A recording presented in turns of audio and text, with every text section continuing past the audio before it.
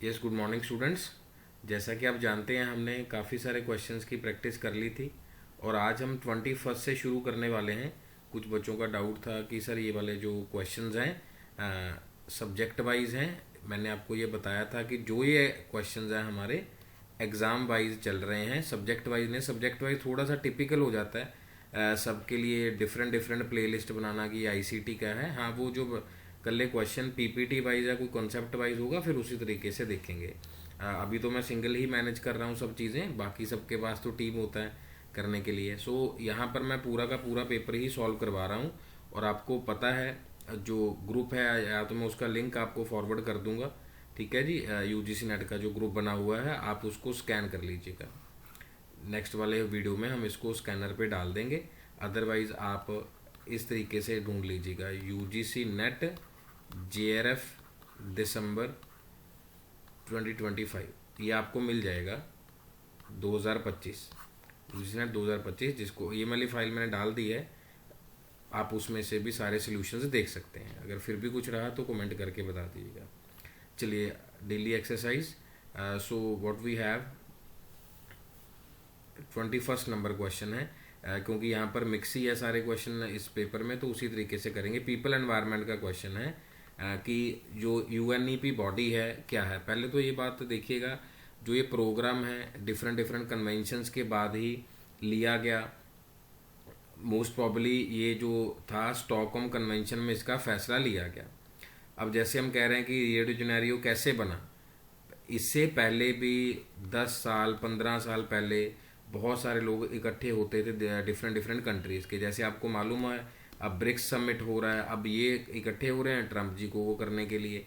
अब क्वाड था चाइना को वो करने के लिए, लेकिन अब ये सारी चीज़ें क्या हैं, डेलिब्रेशन किसका है उसी तरीके से। So this is the human environmental conference at the Stockholm. Stockholm convention भी बोलते हैं, जिस वजह से एनवायरमेंटल प्रोग्राम बना। उसी के बाद ये देख सकते हैं 1972 है। अभी हमारे पास जो एमडीजी गोल्स थे वो कब से बने, 2000 से लेके 2015 बने। और एसडीजी कब बने सस्टेनेबल, 2015 से लेके 2030 तक बने। क्लियर है। अब आगे हमारे पास आ गया टीचिंग एप्टीट्यूड का question. It is the choice based credit system इसको कहते हैं। और इवन इसका एक और क्वेश्चन इंपॉर्टेंट है जो भी आया था, अकेडमिक बैंक ऑफ क्रेडिट में से पूछा गया था। अकेडमिक बैंक ऑफ क्रेडिट की वहाँ से ट्रांसफ़र हो जाते हैं, और मैच ऑफ द फॉलोइंग उसमें से पूछा गया था कि अपने अपने हिसाब से बच्चा क्या कर सकता है, क्रेडिट्स को ऐड ऑन कर सकता है और ट्रांसफ़र कर सकता है, सो दैट उसका चीज़ें वेस्ट ना हो। मोस्ट इम्पॉर्टेंट क्वेश्चन जिसमें एग्जामिनर गलती करवाना ही चाहता है, फैलिसीज वाले पार्ट में या फिर हमारे पास इन्फर्ड ट्रू वाले पार्ट में, जिसको हम AEIO प्रेपोजिशन भी बोल देते हैं, कैटेगोरिकल प्रेपोजिशंस भी बोल देते हैं। All man are model is given as true, हमें जो ए वाला टर्मिनोलॉजी है वो हमें ट्रू दे दिया गया है। जो ए वाला टर्मिनोलॉजी है क्या है जी, ट्रू दे दिया गया है। सो डेफिनेटली अगर ये ट्रू है तो जो नो मैन इज मॉडल है, डेफिनेटली अगर ये वाला ट्रू है तो ये हमें पता ही है कि डेफिनेटली फॉल्स ही होता है। सो ए वाला तो रहेगा। सो ये वाला ऑप्शन हम माइनस कर देते हैं। ठीक है जी।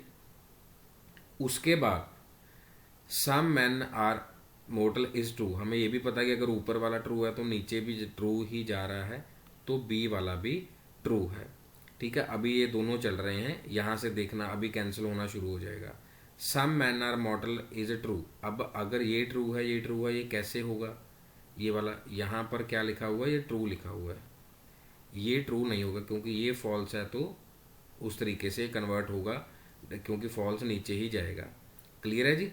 ट्रूथ जो है वो नीचे जा रहा है, ये यहीं से ऊपर की तरफ आएगा, ये फॉल्स होगा तभी ये डेफिनेटली फॉल्स है। तो जो सी वाली टर्मिनोलॉजी हमारे पास है, some N are model is not true.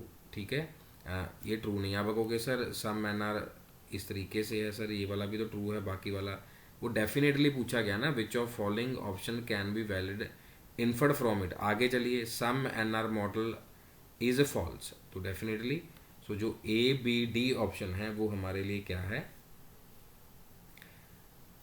True है। So we have this option, तो यहाँ से हम ये वाला ऑप्शन क्या कर देंगे, कैंसिल कर देंगे। बस ये आपको रूल याद रखना है, कौन सा नीचे आ रहा है कौन सा डेफिनेटली ट्रू है, बट यहाँ पर हमें ये ट्रू दिया गया है। अब ये फॉल्स है तो ये नीचे वाला ट्रू नहीं हो सकता, पता ही ये ट्रू है, ये फॉल्स होगा, ये ट्रू है, ये फॉल्स होगा। Clear with this? हाँ जी। INFLIBNET centre which is an autonomous inter university centre of the University Grants Commission maintains e Gyan Kosh, ई पाठशाला, स्वयं प्रभा, शोध गंगा। अब आप देखिए अभी तक भी ये चारों के चारों पोर्टल्स आ रहे हैं, जिनकी तक ये आवाज़ पहुंच गई है, जो अभी मेरे साथ अभी प्रैक्टिस कर रहे हैं आप सभी बच्चे, आप अपनी कॉपी पर लिख लीजिए कि जितने इनिशिएटिव्स हैं, क्या मेरे को ई ज्ञान कोश के बारे में मालूम है, क्या ई पीजी पाठशाला जो है मेरे को पता है, शोध गंगा, शोध सिंधु, गंगोत्री, क्या ये मेरे को मालूम है, स्वयं प्रभा के कितने चैनल्स हैं, किस तरीके से चल रहा है, क्या ये मेरे को मालूम है। सो डिपेंड करेगा कि आप कैसे, ये रिसर्च क्या है, इंफॉर्मेशन लाइब्रेरी नेटवर्क मेंटेन क्या करता है, शोध गंगा को। इसी तरीके से जो क्वेश्चन आपको बताया था FOSS एक और S then there is E, so इस तरीके का क्वेश्चन भी हमसे पूछा जाता है। और देखिए 2021 में ही 2021 का ये पेपर है, पैरामीट्रिक नॉन पैरामीट्रिक, अब तो पूरी भरमार हो गई है 2025 तक इन क्वेश्चंस की। और हमने ये बनाया था FATZ फैट्स करके बनाया था, ठीक है जी। पैरामीट्रिक टेस्ट है, नॉन पैरामीट्रिक है, ये भी मैंने आपको बताया था कौन से उसमें आएंगे। तो आगे ऑप्शन की तरफ चलते हैं कि 2-3 ऑप्शन पूछी हुई हैं क्या। हाँ जी, सो हमारे पास CDE, सो ये क्या है, नॉन पैरामीट्रिक आ गया। अगर आप ये यहाँ पर देखें जो पैरामीट्रिक वाला मैंने आपको बताया आ गया ना, F टेस्ट कितना अच्छा शॉर्टकट है, देखो ज़रा, F और T ये दोनों पैरामीट्रिक में आ गए, ठीक है जी। अनोवा आ गया और ये Z टेस्ट आ गया, ये पैरामीट्रिक है, FATZ करके हमने ये बनाया हुआ है। बाकी रेस्ट ऑफ द ऑप्शन हमारे पास क्या आ गए, Spearman, rank correlation, Mann Whitney, Kendall's coefficient, ये किस में आ गए, हमारे नॉन पैरामीट्रिक में आ गए। क्लियर होगी जी बात? सो इस तरीके से आपको याद रखना है। अब मैंने कौन सा कोई सॉल्व किया हुआ मेरे को याद है, बस मैंने आपको बता दिया। हाँ जी, आपको भी इसी तरीके से याद रखना है। कोई भी क्वेश्चन पर्टिकुलर नहीं होता, इसीलिए ग्रुप को आपको ग्रुप बताया हुआ है, ग्रुप में भी मैसेज कर सकते हैं, उसको प्राइवेट नहीं रखा हुआ। Truth and falsehood are the predicates of the arguments, कि सच और झूठ उसके प्रेडिकेट हैं। प्रेडिकेट तो लास्ट में टर्म होती है, we know very well. Validity and invalidity are the predicate of the statement. अब ये जो क्वेश्चन है हमारा आर्गूमेंट वाइज क्वेश्चन है, इसको थोड़ा ध्यान से सॉल्व करना है। सो अब आप देखें, क्या सच और झूठ, मान लो मैं कह रहा हूँ कि this is true, this is false, क्या दोनों चीज़ें हो सकती हैं प्रेडिकेट ऑफ आर्गूमेंट्स? नहीं हो सकता। क्या वैलिड इनवैलिड होना प्रेडिकेट होती है? नो। P1 P2 और C जो बिल्कुल लास्ट में टर्म होगी वो हमारी क्या होती है, प्रेडिकेट होती है। अब दोनों चीज़ें उसके साथ नहीं होंगी, so what we have is the incorrect term. पढ़ने से भी पता चल रहा है और इनवैलिड ही नज़र आ रहा है। 27 brain is involve in the our ability to new information particular if it is verbal.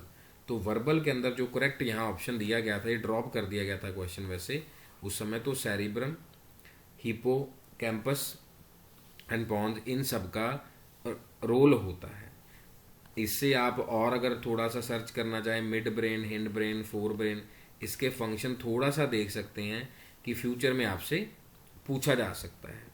Maths वाला पार्ट हम DI के साथ ही सॉल्व करेंगे। लो जी, जीन प्याजे आगे जी टीचिंग एप्टीट्यूड में। The ability to solve the conservation problem depends on having an understanding 3 basic aspect of reasoning: identity, compensation and the reversibility।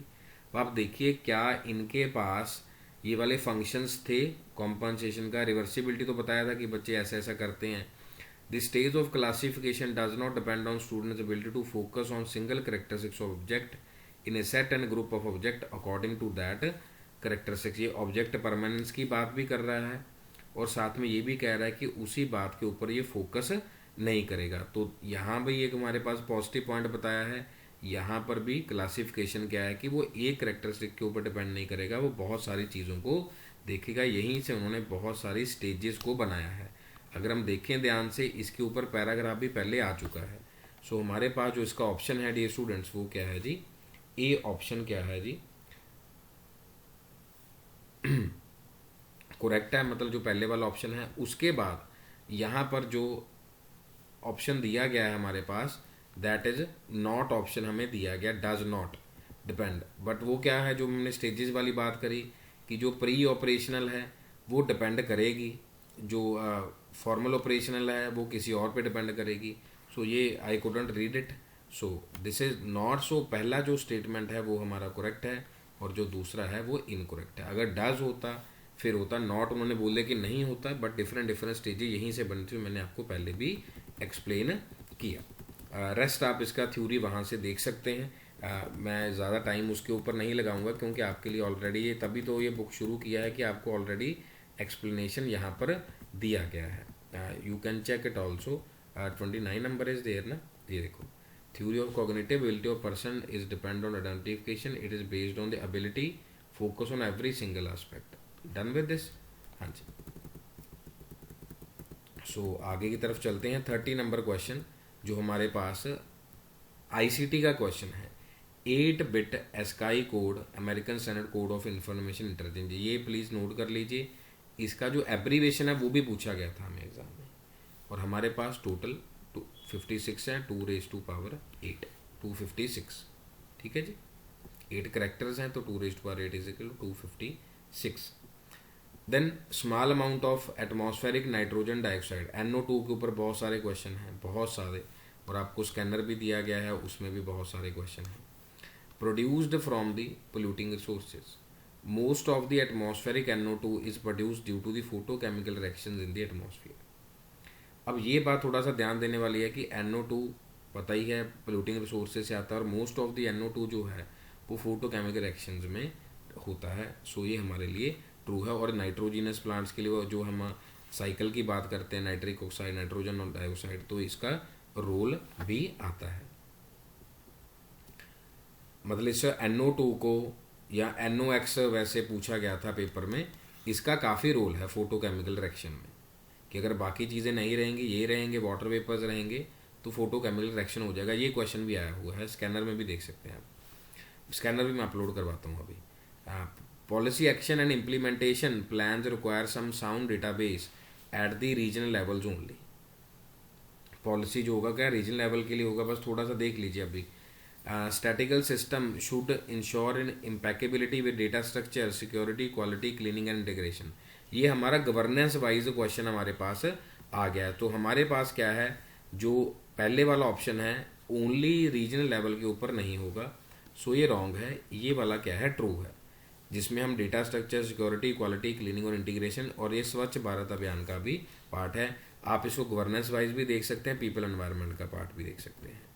So which of the following fraction is smallest, ये 2021 में भी, 2023 में भी, 25 में भी repeat हुआ है। अब पहले हम इसका क्या करते हैं, रेसिप्रोकल करते हैं, फिर हम एक माइनस कर देते हैं जो आ जाता है, फिर हम रेसिप्रोकल करते हैं, फिर उसके बाद स्मॉलेस्ट देखते हैं। लेकिन इसको फिर भी मैथ पार्ट के लिए छोड़ लीजिएगा। क्या करेंगे, पहले रेसिप्रोकेट करेंगे, 16/11 लिख लेंगे, एक माइनस कर देंगे। सपोज करो 16/11 लिख लिया, -1, ठीक है जी। सो 5/11, तो उसको उल्टा करके हमारे पास क्या आ जाएगा, 11/5 आ जाएगा। इस तरीके से हम इसको सॉल्व करेंगे। Clear with this? सो सभी को ऐसे सॉल्व करना है, ये एक शॉर्टेस्ट मेथड है, रादर देन की फैक्टर देखें, मल्टीप्लाई करें, वैसे करें। हाँ जी, अकॉर्डिंग टू न्यायकाज द फाइलेसी ऑफ सभ्य विचारा occurs when the middle term leads to the different opposite conclusions. इसमें सारी थ्योरी आपको साथ में याद रखनी पड़ेगी। When the middle term is the regular, याद है पिछले पार्ट में हमने डिस्कस किया था कि जब मिडिल टर्म में ही रेगुलर है, यानी कि जो मिडिल टर्म है वो हमारा क्या होता है, P1 में भी रिपीट हो रही है, P2 में भी रिपीट हो रही है। इट में इरेगुलर है तो किसी में रिपीट नहीं हो रही, कंक्लूजन में तो आएगी नहीं। It is distributed not related to the major term, क्यों नहीं होगा जी। सो डेफिनेटली क्या है, इरेगुलर है और उससे कोई रिलेट नहीं करेगी, क्योंकि हमारे पास मेजर और माइनर टर्म कंक्लूजन में रहेंगे। याद रखिएगा, जो बच्चे पहली बार हैं, मान लो P1 है, मैं दोबारा से यहाँ लिखने की कोशिश करता हूँ, यहाँ पर थोड़ी सी स्पेस कम है। P1 में हमने मान लीजिए लिखा ऑल A इज B, ठीक है जी, ऑल A इज B लिख लिया। फिर P2 में हमने लिख लिया ऑल B इज C। अब जो रेपिटेटिव टर्म है वो B है, मिडिल टर्म हो गया, तो कंक्लूजन में क्या लिख देंगे, ऑल A इज C। देखो मिडिल टर्म यहाँ नहीं आई ना, सो इससे कोई लेना देना नहीं है। So what we have is both A and R is true and is the correct explanation. बस ये याद रखना है कि इरेगुलर अगर डिस्ट्रीब्यूटर है तो वो मेजर टर्म से उसका कोई लेना देना नहीं है। और जो फैलेसी होगी, सभ्य विचारा, ये जो हम हेतवावासा में करते हैं उसको अलग से भी करेंगे। When the middle term leads to different opposite conclusion. अब इसमें एक और एग्जांपल जो प्रीवियस ईयर क्वेश्चन में भी आया हुआ है, जिसमें ये आया था कि जैसे कफ और कोल्ड के लिए तो हम वैक्सीन बोल दे रहे हैं कि ले सकते हैं, ऐसा एग्जाम्पल लिख लीजिए इसमें। कफ कोल्ड के लिए तो हमने बोल दिया कि ये बेनाड्रिल ले लीजिए, लेकिन क्या हम दूसरे बारे के लिए क्या कह रहे हैं कि ये आपके लिए डेंजरस है हेल्थ के लिए। तो दोनों चीज़ें क्या हो गई, एक साइड पे मैं क्या कह रहा हूँ कि ये डेंजरस है, लेकिन अगर मेडिसिन है तो वो डेंजरस नहीं है। तो ये वाला एग्जाम्पल आप इसमें कोट कर सकते हैं, मैंने आपको कॉपी पे भी लिखवाया हुआ है, अगर आपको याद आ गया तो मैं इसका नोट्स भी आपको भेज दूंगा। सो this is also the part of math, but फिर भी ये क्वेश्चन आया हुआ है वही एक्स टर्मिनोलॉजी करके, कि हमने पहले इसको एक्स ले लिया, ठीक है, इतने कॉइन्स हैं, ये 20x हो जाएगा, ये y हो जाएगा, ये z हो जाएगा, इस तरीके से हमने इसको सॉल्व करना है। अगर 3 है तो 2 है, उस तरीके से। मोस्ट इंपॉर्टेंट क्वेश्चन जी, अभी तक भी रिपीट हो रहा है, डिजीजेज वाला, वाटर बॉर्न डिजीज, लेकिन अब कैसे आता है जी, मैच ऑफ द फॉलोइंग में आता है, स्कैनर से भी आइडिया होगा। Cause by virus, bacteria and protozoa, even ये तो टीचिंग एप्टीट्यूड वाइज जेबीटी के पेपर में और पेपर्स में भी साइंस व जनरल साइंस का ये काफ़ी इंपॉर्टेंट क्वेश्चन है, बच्चों से ये गलती हो जाती है। So water borne is the diarrhoea. तो टाइफाइड का जो वायरस है it is salmonella typhi. Next 37, in classroom communication teacher should acknowledge and take into account students views. Definitely कि उसमें बच्चे के व्यूज लेने चाहिए। In a classroom probability of message reception can be enhanced by, definitely view point teacher की तरफ से भी हो सकता है, स्टूडेंट की तरफ से भी हो सकता है। So what we have is the correct explanation. ये मोस्ट रिपीटेड क्वेश्चन है व्यू पॉइंट वाला। आप देख रहे हैं कि यहाँ 2021 में assertion reason statement wise question थे, और इन्हीं को थोड़ा सा मर्ज करके हमसे पूछ लिया गया। सो इसलिए अगर नवंबर का हम कर रहे हैं तो आप से सोच सकते हैं कि हम जो अभी दिसंबर वाला उसी को प्रिपरेशन कर रहे हैं, तो इसका टेस्ट आप देख सकते हैं क्वेश्चन का, हर बार जून और इसमें डिफरेंस होता है। 38 नंबर क्वेश्चन मोस्ट इंपॉर्टेंट, पहले भी बताया था, यूरी ब्रॉन फैनबर्नर की थ्योरी बहुत सारी बुक्स में नहीं दी गई, माइक्रो मीजो सिस्टम वाइज इन्होंने बहुत सारी चीज़ें बताई, और इवन ये ZPD की तरह ही उन्होंने बताई, जोन ऑफ प्रॉक्सिमिटी की, जिसमें बच्चा रह रहा है। सो हमारे पास पूछा गया है कि ह्यूमन डेवलपमेंट है, माइक्रो है, सबसे पहले साथ साथ कौन रहे, इमीडिएट फैमिली हमारे पास होती है, स्कूल होता है, नेबरहुड होता है। अब ये तो धीरे धीरे बनेंगे ना कस्टम और बिलीव्स, बच्चे को क्या पता कुछ चीज़ें सुबह शाम होंगी, बाद में होंगी, कैसे होंगी, बस होंगी, ठीक है जी। So this is in the micro system, macro भी है, मीजो भी है। Which of following state has maximum installed in power as MNRE latest report. अब आ गया जी करंट अफेयर 2021 से आ रहा है, तो कुछ लोगों ने तो पहले पढ़ाना ही नहीं शुरू किया, तो अब से पढ़ाना शुरू किया है यूट्यूब पे कि करंट अफेयर भी होना चाहिए। तो उस समय तमिलनाडु में पूछा गया विंड पावर, ठीक है जी, साउदर्न स्टेट्स में ज़्यादा है। कम्युनिकेशन क्वेश्चन है, persons working at different level have no direct reporting relationship is called. क्या कहेंगे जी उसमें, हम गैंग प्लैंक की बात करेंगे।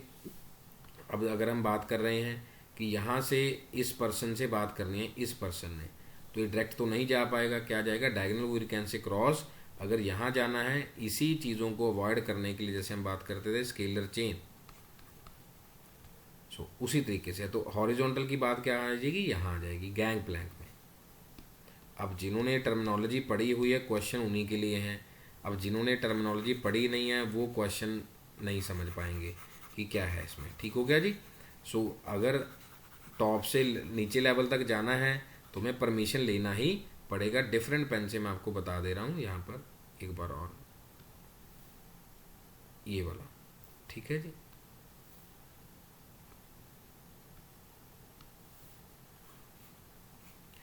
यहाँ जो है ये सारा का सारा हॉरिजॉन्टल है, लेकिन डायगोनल क्या है, अगर इसने यहाँ जाना है या इसने यहाँ जाना है, क्लियर। सो ये भी हमारा मोस्ट इम्पॉर्टेंट, मोस्ट रेपिटेटिव जो भी हम लिख सकते हैं। Indian institute of advance study, हमें ये मालूम है कि ये किसका पार्ट है जी,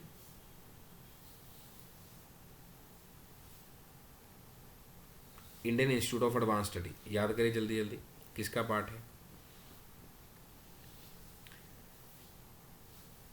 एडवांस स्टडी नोएडा का पार्ट है या शिमला का है। इंडियन बायोलॉजिकल IIAS यह सबसे पहले कहाँ बना था, सो हमारे पास बायोलॉजिकल साइंसेज नोएडा में है, ये एडवांस स्टडीज़ वाला जो है शिमला में है। उसके बाद भोपाल में है सॉयल साइंसेज का, और शुगर केयर इंस्टीट्यूट कहाँ पे, लखनऊ यूपी में। क्लियर है जी, this is B option. Advance studies वाला शिमला में ही है। हाँ जी, एफटीपी की बात हुई है, और आप इसमें नोट्स वाइज भी प्लीज़ एक बार चेक कर लेना। ये आपको ही मांगना है ना कि सर ये वाला नोट्स भेजना, वो वाला नोट्स भेजना, जो जो आपकी नीड है। अगर नहीं पूछ पाए तो फिर गड़बड़ आपके लिए है ना। एफटीपी है, एसएमटीपी है, और आई मैप प्रोटोकॉल है, पीओपी का हमने क्वेश्चन किया, डिफरेंट टाइप्स ऑफ प्रोटोकॉल्स हैं।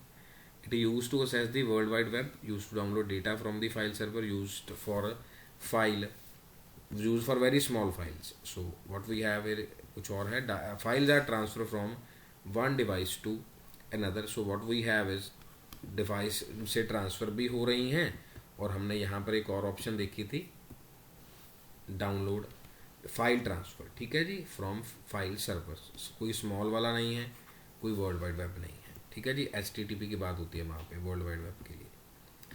सो 43rd last 2-3 question, reading comprehension, math, और ये एक ही पार्ट में करेंगे।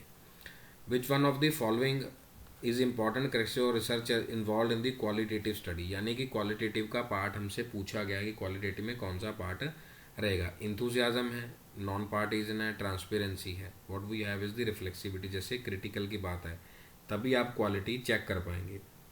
जो हम अब भी कर रहे हैं इन पेपर्स में 2021 में, जो मैं निकाल के देख पा रहा हूँ वो यही है, that is the C option.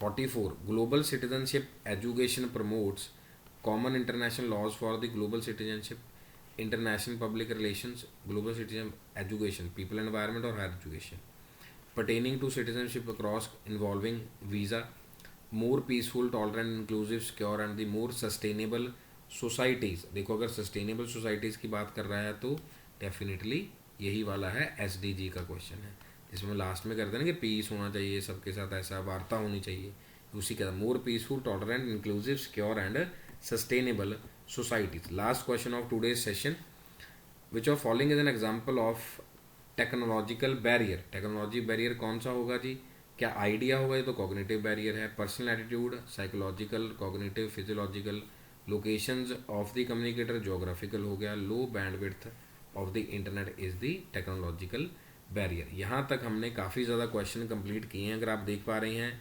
Leadership study का क्वेश्चन हमारे से पेपर 1 में पूछा गया। अब जिसने लीडरशिप थ्योरी नहीं पढ़ा वो कैसे सॉल्व करेगा जी। ठीक है जी, तो यहाँ पर काफ़ी लेंदी पैसेज है, outcome of actions, leadership studies, discipline, main theme of the passage, variable. So इसलिए मैं यही कहता हूँ कुछ चीज़ें आप पर्सनल प्रैक्टिस कर सकते हैं और साथ ही साथ हम इसको करेंगे। कौन सा, एक मैथ वाले 2-3 क्वेश्चन है, डेटा इंटरप्रिटेशन है, और ये रीडिंग कॉम्प्रिहेंशन है। इसको सॉल्व करेंगे दूसरी शीट में लेके, हाफ वाइज, क्योंकि यहाँ पर PDF में थोड़ी चीज़ें ही लिखी जा सकती हैं, वर्ड में ज़्यादा अच्छे से लिखी जा सकती हैं, फॉन्ट भी क्लियर उसमें रहेगा। ठीक है जी, thank you so very much. और जो भी चीज़ें नहीं समझ आई प्लीज़ कमेंट करके बता दीजिएगा। Take care.